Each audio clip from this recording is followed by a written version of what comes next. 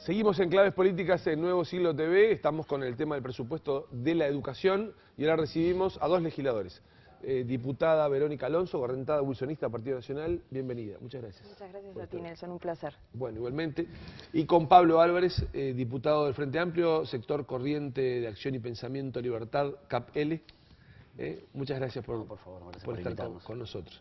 Un legislador del oficialismo, una legisladora de la oposición. Vamos a hablar del presupuesto educativo, pero vamos a hablar también del concepto de la calidad del servicio. Y para eso, Martín Vigiano, del equipo de Claves Políticas, estuvo con el rector de la Universidad Ort, Jorge Grunberg, que había hecho un discurso en la ceremonia de la universidad que había generado mucha atención en el ambiente académico. Y él fue a hablar, Martín Vigiano lo fue a entrevistar para hablar sobre este tema de la educación. Vemos el reporte. ¿Se plantea la necesidad de incrementar los recursos o es una cuestión más de gestión o de ver esos problemas? Sin recursos no se puede hacer nada, eso no hay duda, pero yo creo que a veces la pregunta la planteamos al revés. Yo creo que hay que fijarse objetivos, hay que fijarse medios, estrategias para alcanzar esos objetivos y luego ver cuánto cuestan. Hay que ver, fijarse un plan de trabajo, ver cuántos recursos hace falta para ejecutar ese plan de trabajo y luego buscar esos recursos. A veces me parece que en nuestro país ponemos la carreta delante de los bueyes, estamos pidiendo los recursos primero sin tener muy claro cómo se van a usar, pero los ciudadanos tienen derecho a saber cómo se va a usar, qué objetivos se van a lograr, en qué plazo se van a lograr esos objetivos y quién es responsable por alcanzarlos. Tenemos que cotizar un programa de trabajo, ponerle un precio y ahí vamos a saber cuánto dinero vamos a necesitar. Yo no sé si se hace falta 4,5% o 6%. Además es muy difícil, muy peligroso trabajar con porcentajes porque así como el PBI puede, así como el producto del país puede subir, también puede bajar. Entonces, ¿qué pasa si baja? Habría que recortarle. Yo creo que la educación es una tarea de largo plazo y muy importante como para que quede sujeta a las variabilidades que puede tener el producto de un país. Quizá nosotros nos olvidamos de eso a veces. Pero hay solamente un tercio de los uruguayos, que solo terminó educación primaria. Menos del 40% de los uruguayos termina secundaria. Y en la sociedad del conocimiento, el terminar secundaria va a ser un absoluto mínimo, un piso del cual no se va a poder bajar. No olvidemos que hoy un alumno del sistema público de Punta Carretas o Pocitos termina secundaria en un 95%.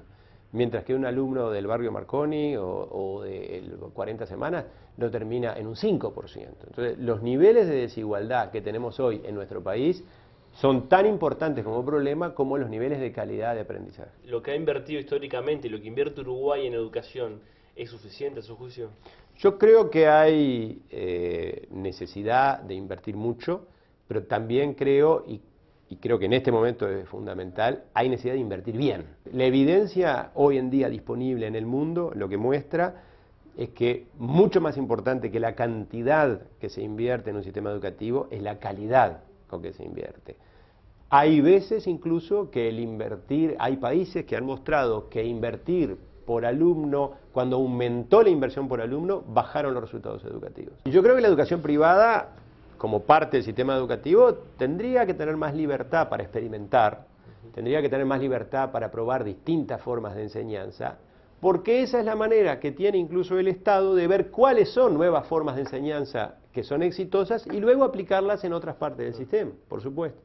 Claro, porque hay parte de la sociedad que acusa a la educación privada como factor de esa segmentación que usted me hablaba más temprano, ¿no? La segmentación uruguaya no está por sistema privado público, está por barrios. Las escuelas y los liceos de los barrios ricos tienen una población más acomodada. Y las escuelas y liceos privados y las escuelas y liceos públicos de los barrios más pobres tienen una población más pobre. La segmentación uruguaya es geográfica, mucho más que por tipo de institución.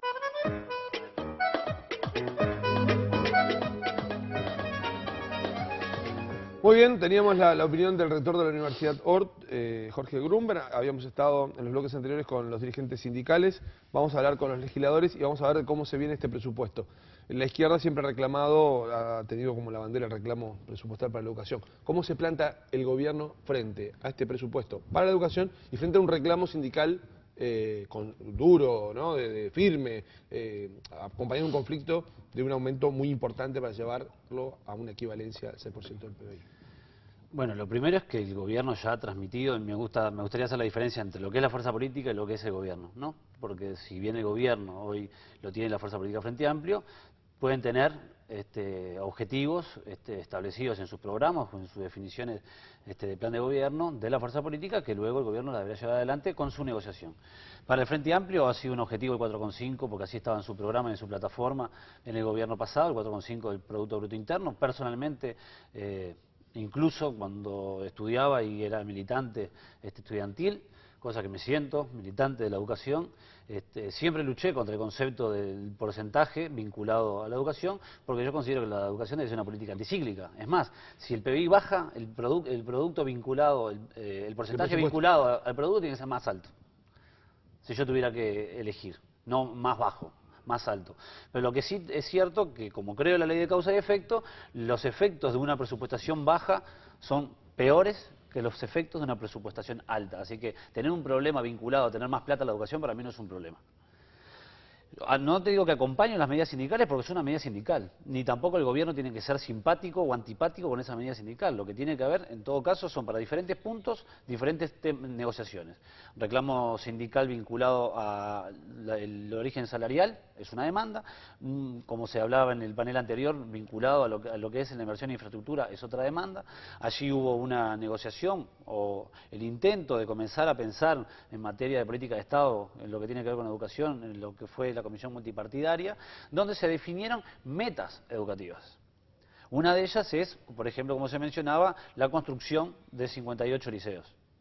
¿Por qué? No es porque haya 58 liceos. Primero, porque entendemos que debemos universalizar realmente la cantidad de jóvenes que están hoy fuera del sistema educativo. Pero además tenemos que reducir los horarios.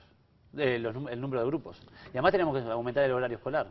Entonces, nosotros ahí entendemos que hay que hacer más liceos. Si juntamos estos reclamos, probablemente el 4,5 no hay y el 6% tampoco.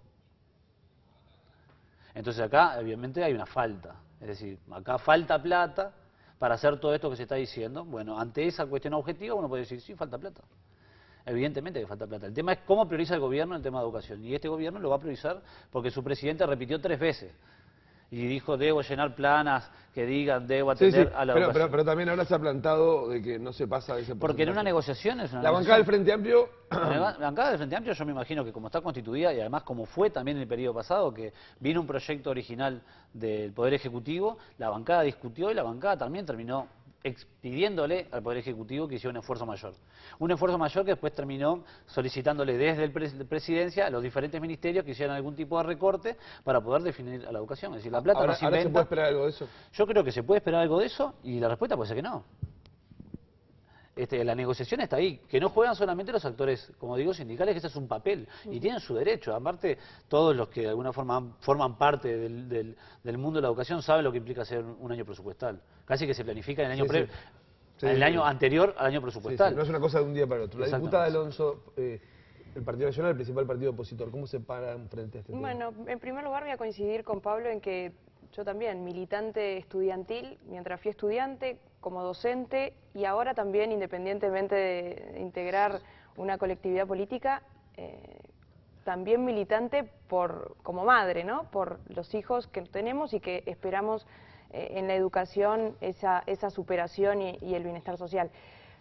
En el caso de los reclamos salariales, por supuesto que nosotros vamos a coincidir. ¿Quién no va a coincidir que hay que asignarle a los docentes que reclamaban en la mesa anterior y a los maestros un aumento? Ahora, el aumento que tuvo el gobierno anterior, el 80% que se designó a salarios, ha sido muy importante, ¿no?